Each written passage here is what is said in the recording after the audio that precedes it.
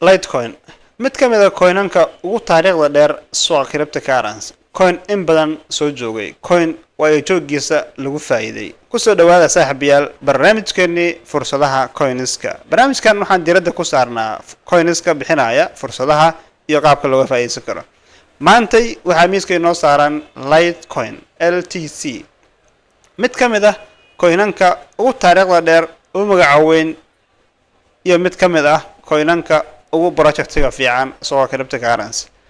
coinkaas ayaan dul istaagi doonaa saaxiibayaal ila soco waxaan se tegi doonaa screenka saaxiibayaal haddii aan screenka isla tagno coinka maanta miiska inoo saaran waa Litecoin oo loo soo gaabiyo LTC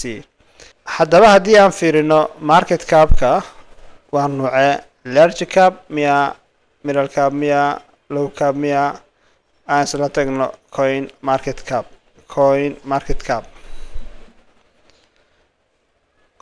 capka gudaha usoo galnay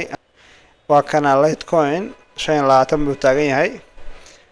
marka Litecoinka qiimo ahaan wuxuu marayaa maanta $44 iyo 24 senti ayuu marayaa marka market capkiisa waxaan u jeednaa inuu yahay 3.42 billion inuu yahay haddii aan ku soo dhaweeyo market capka waa kana marka waa coin iska middle market cap ah runtii waxa waaye coinkan waa coin qadiimi ah oo in badan maaragtay suuqa joogay aniga markii ugu horeysay aan baranayo waxay ahayd 2019kii dhamaadkiisa ay ahayd marka waa coin xilligaas aad u shidnaa historyga markaa fiirisid 2015 meelahaas ayuu soo galay suuqa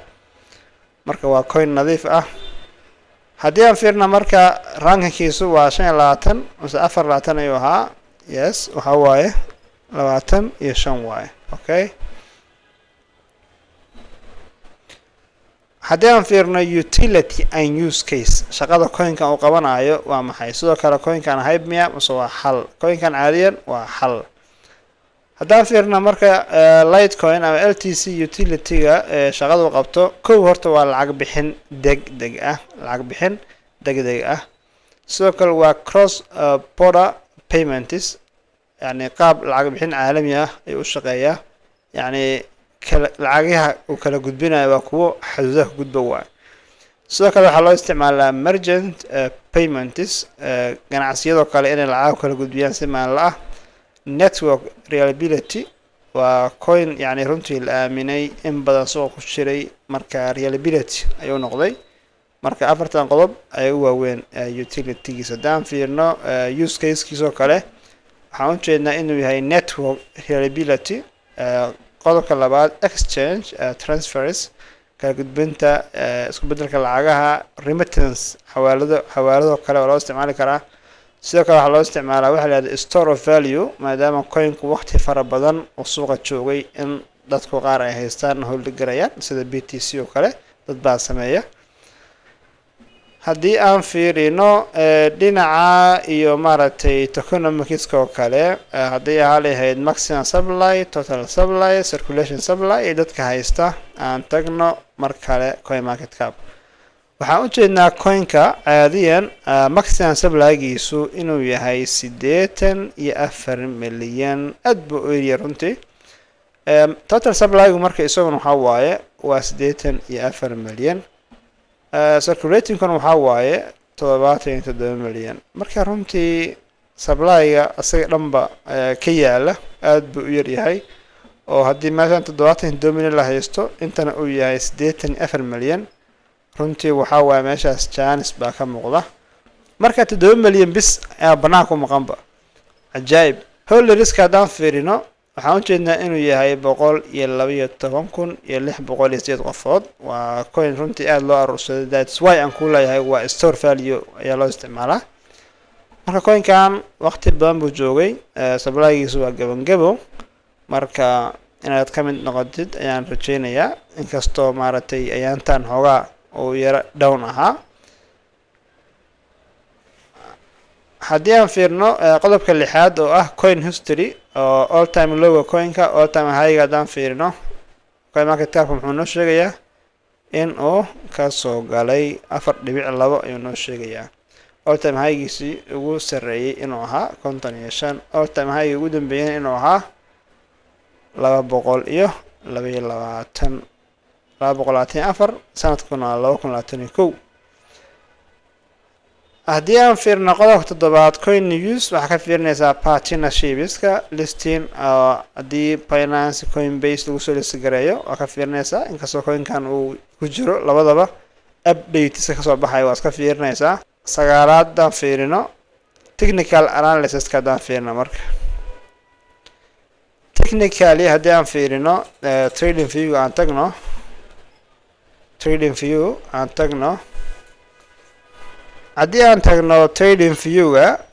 waxaan u jeednaa coinka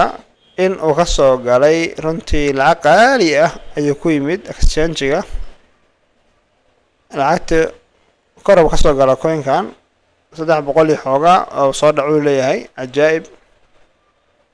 marka meelihii uu yimid $30 buu yimid marka la waa laabtay 400 iyo xoogaa uu yimid ilaa iyo markaas daadasho ku jiray inta soo xoogaa uu yara laabtay laakiin haddii aan fiirino ilaa iyo September daadasho ku jiray marka hadda tan waxaa waaye meel fiican buu joogaa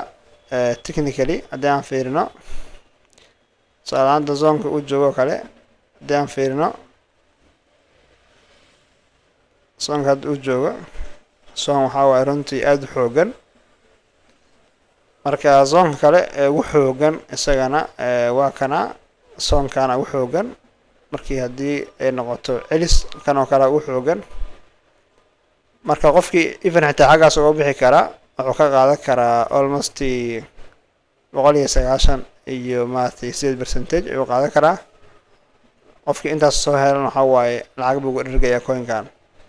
marka waa coin runtii mucjiso ah supply-giisa inuu soo yari waa aragnay china si fiican buu bixinayaa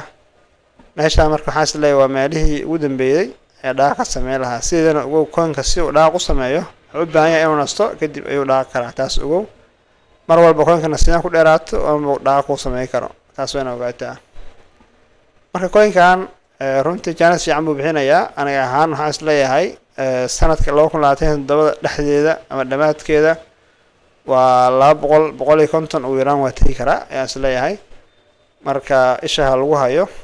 haddaan fiirno RSI oo kale 31 maraya oversold waaye meesha aan joognana waa higher time frame gaar ahaan weekly-ga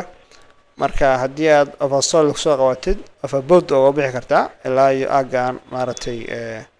65 oo kale ku yimaad oo bixi kartaa marka runtii China si ayaa isbarkan marka laga faa'iideysto saaxiibayaal haddii aan soo laabano qodobka 10aad risk analysis oo kale waxaa iska fiirinaysaa whale manipulation regulation risk oo kale iyo dhinaca psychological riskiga iyo security riskiga ayaa xoogga saaraysaa qodobka 11aad talooyin muhiim ah raacin boomboonta oo go'aan ku gaar baaritaan ku gaara sidoo kale samee cilmi baaris ku gaara do your own research waa muhiim waxa aan yaraas ka raacin adiguna cilmi baaris ku gaara samee sidoo kale qodobka ugu dambeeya waa inaad kala duwdaa portfolio-yada haddii aad haysid coinan kala duwan aad u mahadsan tahay haddii aad halkan soo gaartay muuqaalka like saar youtube ka subscribe saar gambareelka daaro saaxiibkan la wadaag ama saaxiibta la wadaag